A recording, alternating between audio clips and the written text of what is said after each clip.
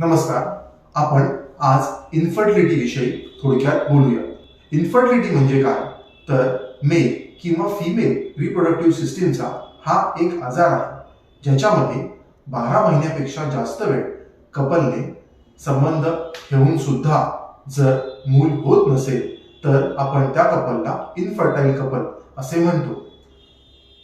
आयुर्वेदिक treatment हा इन्फर्टिलिटीवरती एक उत्तम उपाय आहे. आयुर्वेदिक ट्रीटमेंटद्वारे नैसर्गिकरित्या आपण स्वतःचे मूल मिळवू शकतो.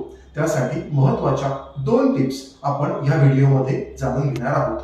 पहिली टिप म्हणजे कपलने लग्न झाल्यानंतर पहिल्या 1 वर्षातच मुलासाठी प्रयत्न करावेत, जेणेकरून पुढे जाऊन जास्त प्रॉब्लेम होत नाही.